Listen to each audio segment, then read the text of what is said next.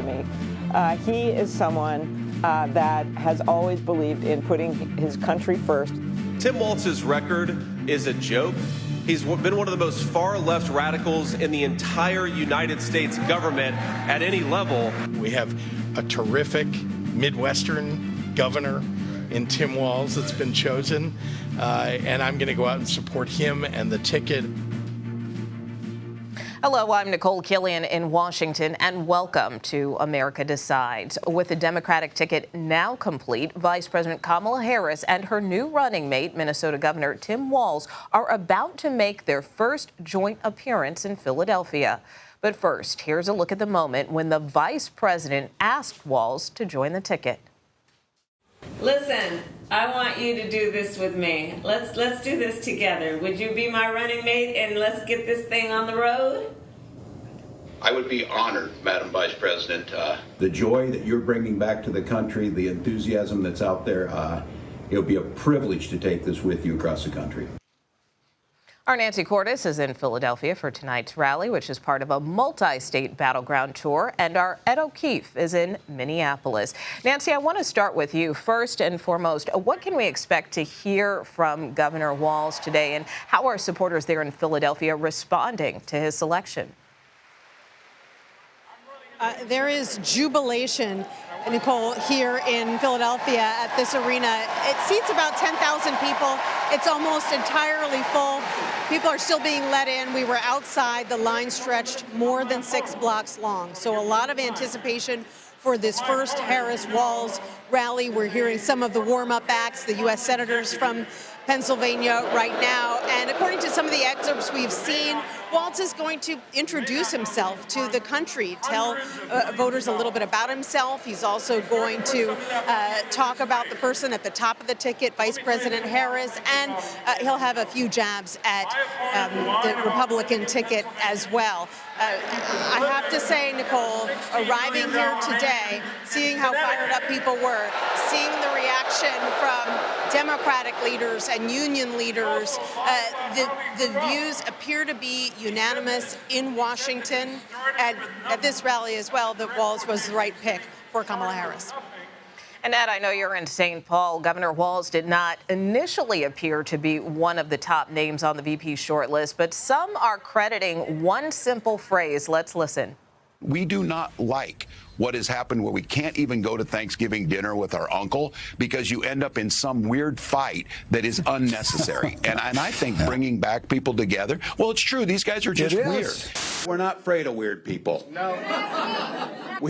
We're a little bit creeped out, but we're not afraid.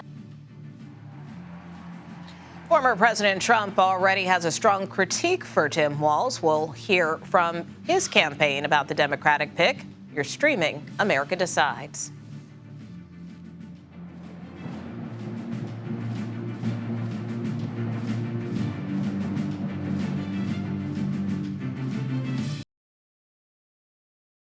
That decision yesterday didn't do a damn thing to prevent abortions.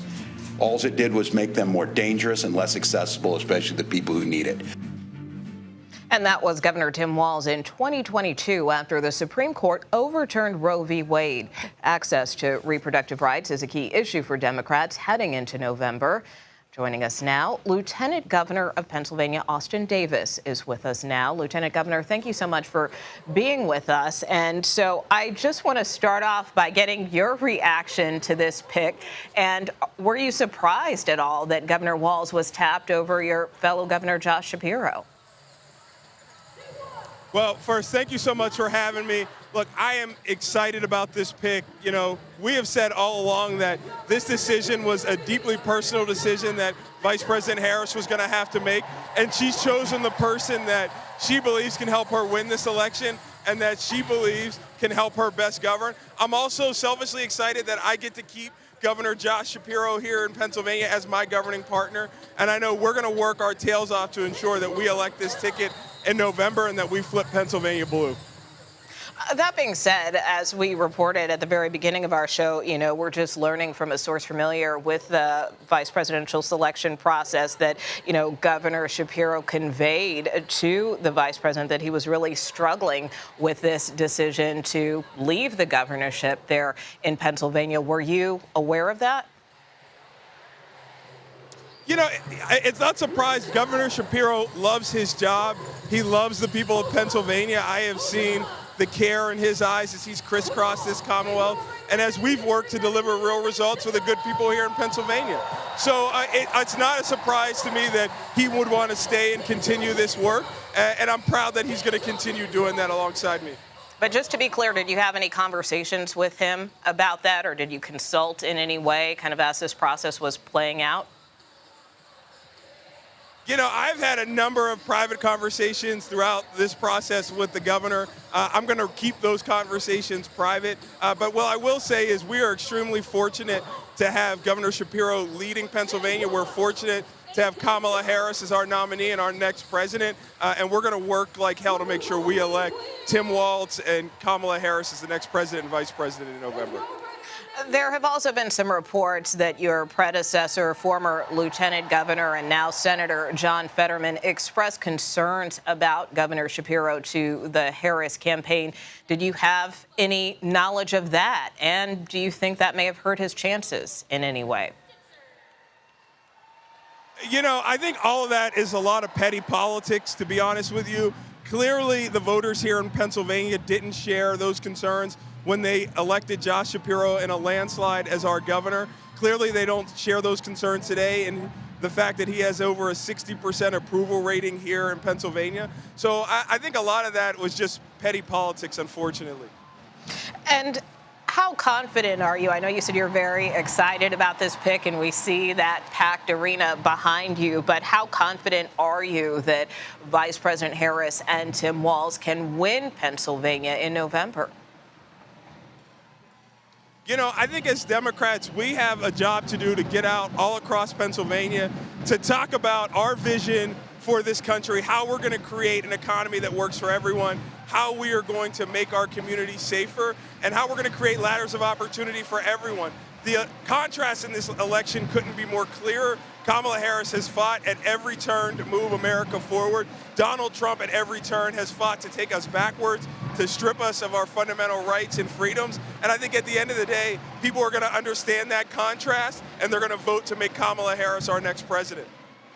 You are the first African-American lieutenant governor in the Commonwealth and also the youngest. How do you think Walz specifically can connect with not only black voters but also young voters there in the Keystone State? Yeah, look, I think Governor Walz just has to talk about the work that he's been doing up until this point. He has been a champion for America's working families, from passing universal breakfast and lunch in Minnesota, helping bring down the cost of insulin, to fighting for manufacturing jobs and working people. I think he just needs to get out, talk about what his record is, and talk about the vision he has for America. And I think that'll resonate with voters across the spectrum here in Pennsylvania. The one thing that voters here in Pennsylvania respect is when you show up, you look them in the eye, you tell them the truth, and you listen. And I think Governor Walz has proven time and time again he's capable of doing that. And what else do you think he brings to the ticket? Look, I think he brings the fact that he has served our country in the military, the fact that he is someone who's worked his way through life from a working class family. I'm the proud son of a union bus driver and a hairdresser. I know what it's like to come from a working class family. I think that resonates with folks. And I think more people want elected officials who understand the day-to-day needs of working class Americans. And I think that's a tremendous asset that he brings to this ticket. And then lastly, what role do you and Governor Shapiro expect to play over the next 3 months until the election? Well, look, we're going to be out crisscrossing Pennsylvania. I'm proud to co-chair Black Voters for Kamala Harris here in Pennsylvania. I know Governor Shapiro has been on the road. We are going to crisscross this Commonwealth, talking about the stakes of this election, talking about how our fundamental rights and freedoms are on the line. and we're going to talk about the contrast between Kamala Harris and Donald Trump. So we are going to be active participants in this campaign, and we're going to do everything we can to make sure we ensure a win here in Pennsylvania for the Harris-Walz ticket. All right, Lieutenant Governor Austin Davis, thank you so much. We get an opportunity in America in not too long to have a binary choice between someone who cares deeply about the American public, who has policies that made a difference, versus someone who made it very clear Trump is for Trump. Former President Donald Trump is not mincing his words when it comes to Minnesota Governor Tim Walz joining the 2024 Democratic ticket. In a campaign fundraising email circulated today, the former president said Walz would be, quote, the worst VP in history. Danielle Alvarez joins us now. She is a senior advisor for the Trump campaign. Danielle, thanks so much for being with us. And why is the former president characterizing Walz in that way? Well, Governor Tim Walz is very liberal. We know that he believes in sanctuary cities and sanctuary states. In fact, he signed into law giving free tuition and free health care to illegal immigrants, which is par for the course and the perfect pick for the original border czar, Kamala Harris, who has overseen the worst border crisis in American history since border crossings have been recorded. We know that he has voted to raise taxes, and we are seeing devastation in the economy right now with the stock market crashing yesterday, with inflation up 21%, costing American families thousands every month. We know that they're both soft on crime. We know that they support defunding the police, and he oversaw the worst riots in 2020 in Minneapolis that burned down a police precinct and devastated 1,500 businesses. He is far left, and it is clear that Kamala Harris bent the knee and picked someone who was as far left, weak, failed, and dangerously liberal as she is. Did this pick catch you off guard? Our campaign was absolutely prepared as soon as they started floating names, but especially prepared for Walz to be chosen. It was clear that she was not going to pick any sort of common sense choice, maybe putting a Pennsylvania battleground in play, maybe putting an Arizona in play. Instead, it says a lot about their campaign and how they feel about the state of the race that she chose the governor from Minnesota, a state that President Trump has put in play. It says a lot where they're putting their ad dollars. They're putting their ad dollars in New Hampshire. They're putting their ad dollars in Maine. It's clear that they're competing for their base and the most radical parts of their base, the most left-wing parts of their base, instead of really competing for the whole country. That's what President Trump is doing when he goes out and he talks about the issues that matter to voters. He talks about the economy and his record delivering a strong economy, his 4 years in the White House, his record low cost, his record peace through strength at home and abroad. We're at the brink of war. Tensions continue to escalate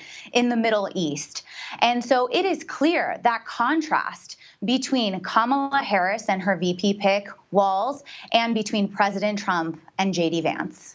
And we're seeing Pennsylvania Governor Shapiro enter the stage now at a rally with Vice President Kamala Harris and Tim Walz. But in terms of Governor Shapiro, since the Vice President did not go with him, does the Trump campaign believe that this now puts Pennsylvania back in play? Pennsylvania has always been in play. I mean, the Democrats were in a honeymoon period because they replaced someone who is comatose and had a coup, and Kamala Harris ascended the throne.